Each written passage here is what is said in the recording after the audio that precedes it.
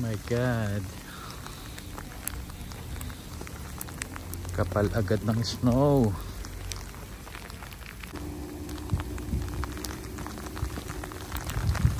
I'm not prepared. My God.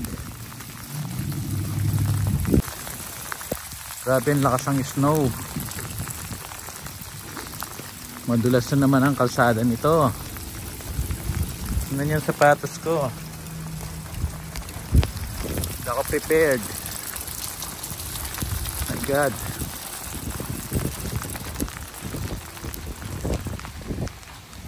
Dulas ang daan nito. Ito na lang ako.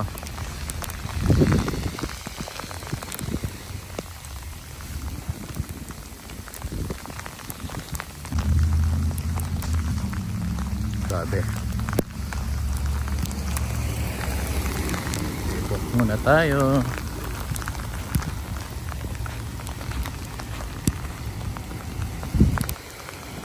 Grabe. Kaninang umaga umuulan. Then umaraw ng malakas. Tapos ngayong hapon, snow. Grabe.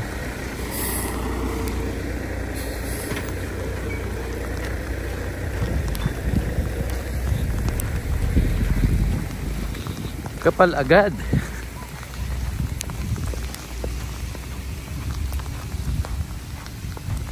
Oh my God.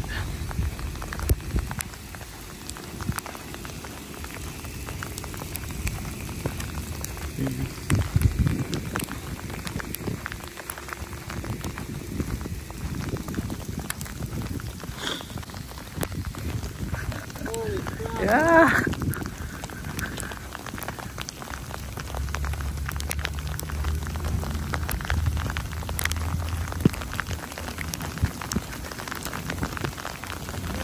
My God.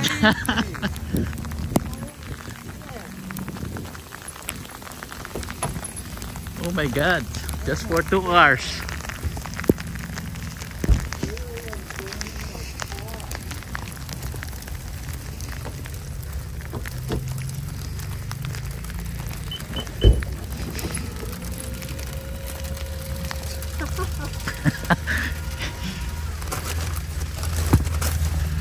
Oh, luckily I have this.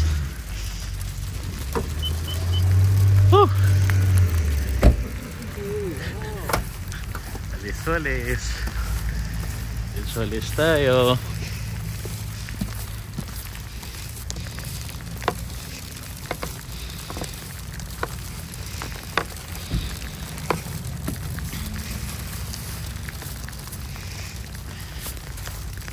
Grabe. Grabe ang kapal agad oh. Sobra.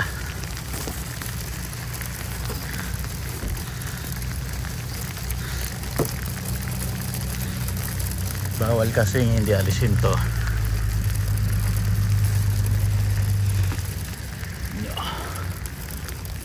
Mahuli ng pulis.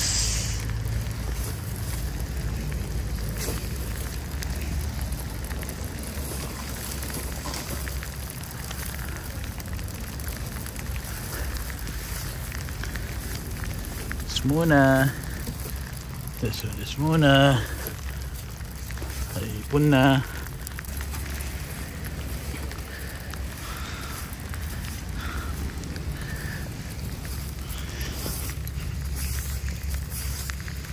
ang alisin, bawal mag-drive nang hindi na alis to.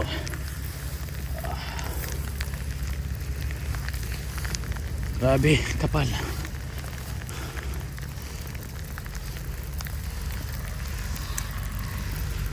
2,000 years later. Yan na guys. Yan ang situation ngayon dito. 2 oras na nag-snow. So weather up. It's only raining. Grabe.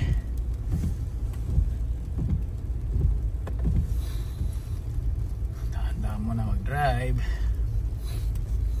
Sa kalsada.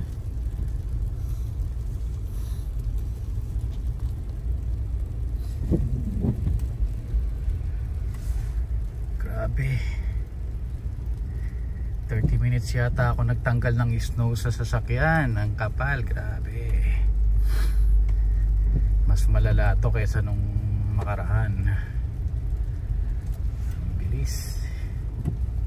So ingat-ingat guys, mga taga Langford, ingat-ingat tayo mag-drive. Drive muna po ako.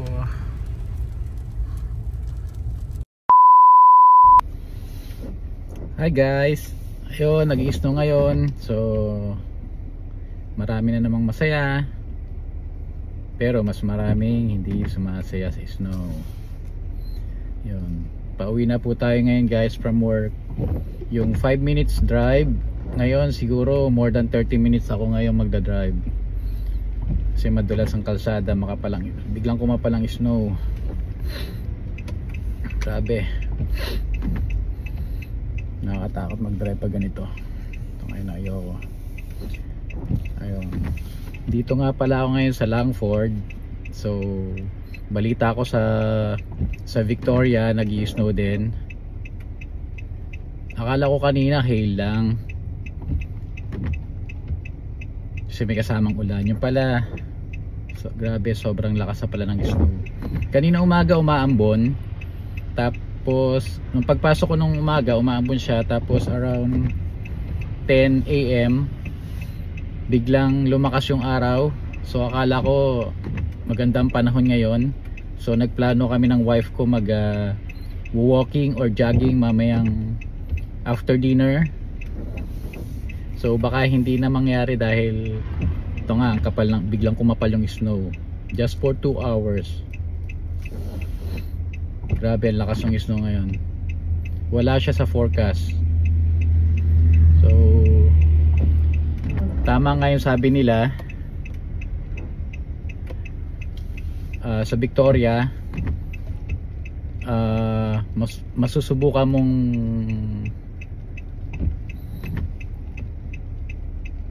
magkaroon ng 3 different weather sa isang araw. Dahil kanina umaga na it's raining, then around midday it's sunny day, then ngayong afternoon now it's snowing. So wala tayong magagawa guys. Usually pag ganitong snow, work from home kami, but it's not unexpected. So ngayon go na tayo. So dahan-dahan muna tayo, baka madulas, ayaw nating maaksidente syempre. Yun,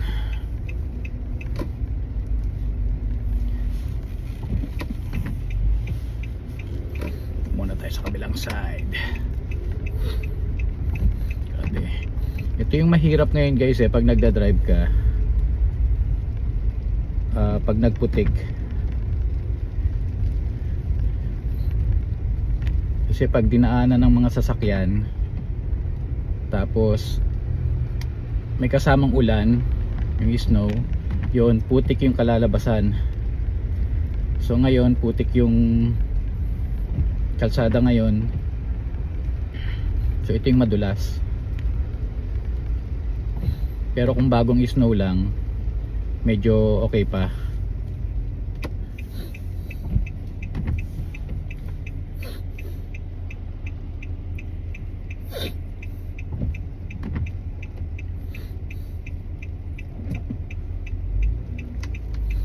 Tapos ito tayo, medyo paangat dito sa Walmart paahon. Hopefully maging okay naman ang driving natin.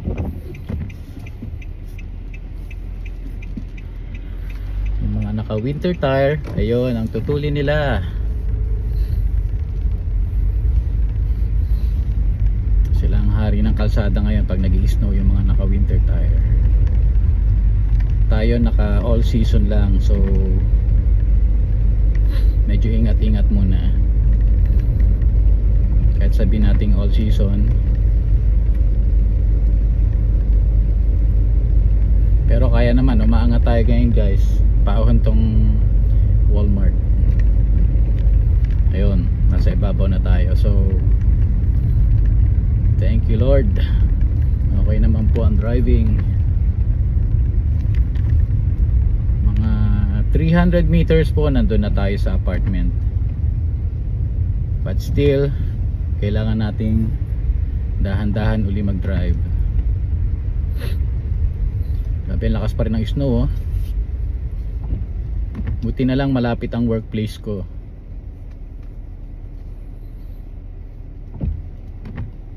At si Mrs., si wife ko, take na lang po ng bus. Dahil kung susunduin ko siya, baka more than 2 hours yung back and forth ko. So mas magandang mag-bus na lang siya. Ayun, nakago tayo. Go muna. Kapit lang, malapit-lapit na tayo.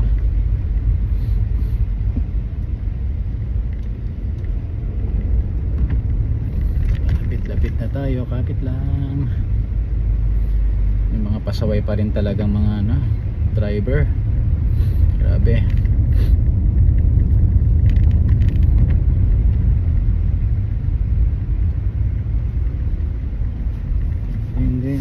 Ayun, medyo natutuyo na po kasi nilakasan ko po yung heater dito sa loob ng car.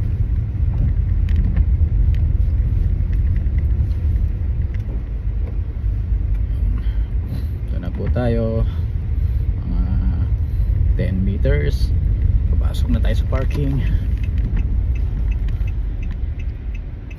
Yun, pag nagbi-brake ako, parang nararamdaman ko talagang medyo may slide. So ingat lang. Yun, thank you Lord, nandito na tayo sa apartment. Papasok na tayo sa parking. So yun lang yung challenging part, yung paahon na kalsada sa Walmart. Ayun, kinaya naman. So thank you Mora for safe driving. Ayun, alam ba tumutunog yung wiper ko sa likod. Parang may nagalaw yata ako. Thank you Lord, safe tayong dumating. First time kong nag-drive ng ganong kakapal na snow. Nung nakaraan, nung nag-drive ako noon, medyo manipis na siya at putik-putik. Although madulas noon nung time na nag-drive ako noon. Pero ngayon okay naman so far. Nakarating naman tayo dito sa apartment. Andito na tayo sa parking dito sa basement parking. So ayun, blessed tayo dahil itong apartment may basement parking. So pag ganitong snow, pag may basement parking ka, so i-start mo lang yung sasakyan mo and then you can go anytime, you can drive anytime. Pero pag ang parking mo is sa labas, ayun, kailangan mo pala muna ng snow, tatanggalin mo yung snow kasi bawal mag-drive dito na may snow sa top ng car mo or sa hood. Pero meron pa rin mga pasaway kasi hindi siya safe, kaya siya pinagbabawalan. So ayun, napagod ako magdinis ng snow. Grabe ang kapal. Nabot ako ng 30 minutes.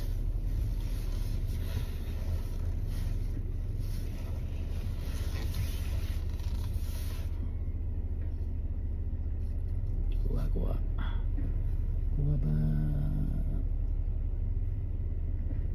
Kuha. Yun.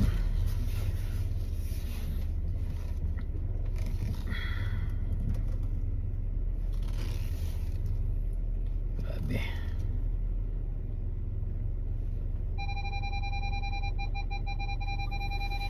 Thank you Lord. So dito muna tayo guys, dito na tayo sa parking. Then lilinisan ko uling sasakyan. Bye bye.